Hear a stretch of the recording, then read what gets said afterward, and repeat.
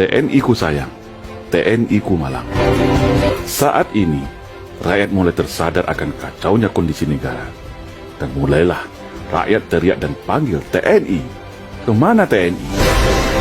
Tahukah kita semua bahwa satu, TNI kita hari ini adalah tentara yang paling sipil di dunia. Karena personilnya tak boleh bawa senjata, yang nampak bawa sarung pistol kosong di mana-mana. Dua, tahukah kita bahwa secara sistematis TNI kita seharusnya sebagai komponen utama alat pertahanan negara sekarang sudah bergeser menjadi komponen pembantu. Karena tugasnya hanya menjadi pembantu.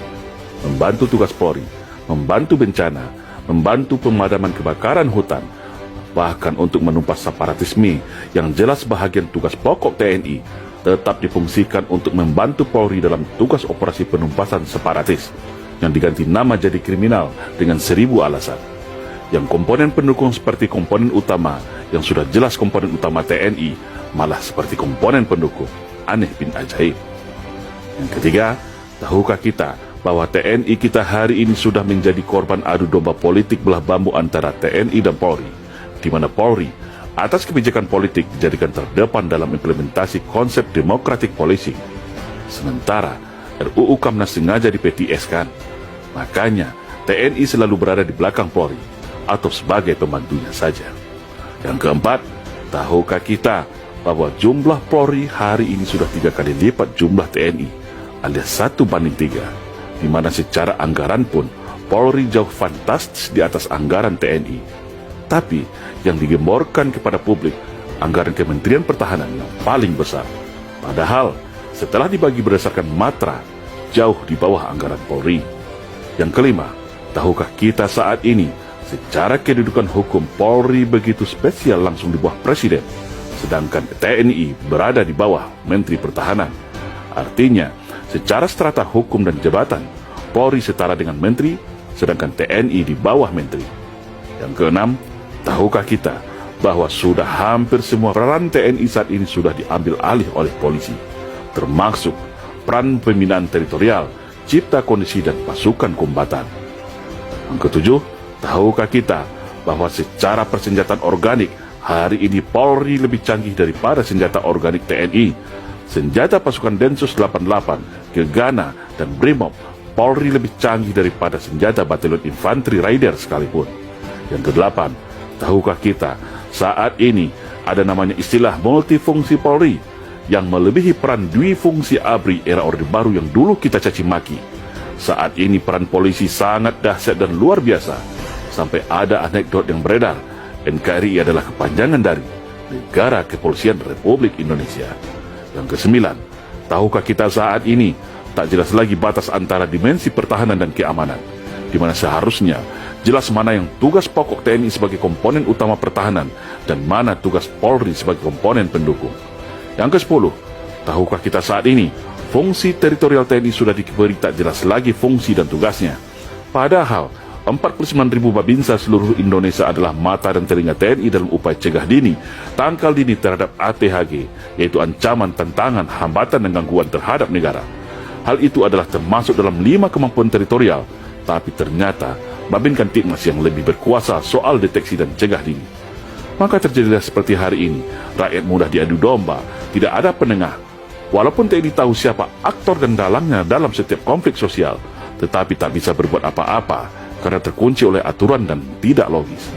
Itulah yang disebut dengan serangan asymmetric war untuk melemahkan negara dari dalam. Yang ke-11, tahukah kita bahwa Panglima TNI hari ini ditunjuk oleh Presiden, sedangkan Presiden adalah bahagian dari kekuasaan politik. Bayangkan, apabila kewenangan politik ini disalahgunakan untuk mengkooptasi TNI agar manut dan tunduk kepada kehendak kekuasaan, bukan kepada rakyat dan negara lagi. Jangan heran kalau Pak Dirman tidak mau diatur 100% oleh Bung Karno soal perang gerilya.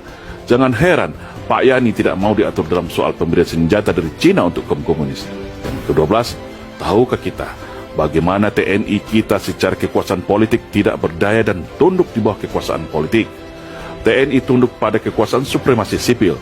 Tapi anehnya dan kontradiktif, Polri yang katanya sipil bersenjata mempunyai pasukan kombatan, peralatan tempur mutakhir, sehingga di dunia boleh dikatakan Polri adalah polisi yang paling militeristik di dunia saat ini. sampai memerangi terorisme dan separatisme yang seharusnya tugas TNI juga diambil oleh Polri. TNI tidak punya kewenangan apapun, khususnya Angkatan Darat. Yang ke-13, tahukah kita kalau TNI hari ini secara institusi terikat oleh undang-undang dan secara individu terikat oleh Sumpah Sabta Marga. Namun, di satu sisi ada kelompok politik dari sipil melalui kekuasaan politik dapat mengintervensi permasalahan internal TNI, baik itu berupa penempatan posisi jabatan dan belanja anggaran persenjataan TNI. 14. Sadarkah kita, slogan sinergitas TNI Polri hanyalah cara halus mengikat TNI ke belakang, tetapi memberikan kekuasaan luas kepada Polri di depan. Logikanya, buat apa dulu TNI Polri dipisah, lalu saat ini diikat lagi dengan bahasa sinergitas? Kan jadi aneh dan menimbulkan tanda tanya besar. Sinergitas artinya tetap di bawah kendali Polri. Nah, semua penjelasan di atas adalah baru beberapa bahagian yang menjadi beban tugas, beban moral, beban psikologis mental prajurit TNI dalam menunaikan bakti pada negara. Sudah sangat jelas bagaimana upaya sistematis untuk mengekang TNI, melumpuhkannya, dan menempatkannya berada di belakang peran dan tugas Polri. Sungguh TNI ku sayang dan TNI ku malang. Ketika ada kejadian berupa perang, bencana alam, dan gangguan keamanan berat, TNI baru dipanggil untuk diperbantukan. Tetapi ketika itu berupa fasilitas politik, kewenangan dan sarana prasarana, TNI selalu diminta untuk bersabar, untuk banyak mengalah, dengan slogan Bumi Pertiwi. Hari ini barulah kita sadar bahwa pelemahan TNI ini adalah bahagian sistematis dan pembalasan dendam dari para kelompok neo-PKI, agar mereka leluasa merebut Indonesia dan merubahnya menjadi negara komunis. Sungguh miris ketika tentara dibuat tak berdaya dan kalau bisa masuk barak saja dan jaga perbatasan. Namun ketika negara sudah sekarat, baru semua teriak dan panggil nama TNI. Ketika semua peran TNI diambil, lalu terjadi konflik polemik yang tidak terkendali lagi, baru panggil TNI. Kemana TNI?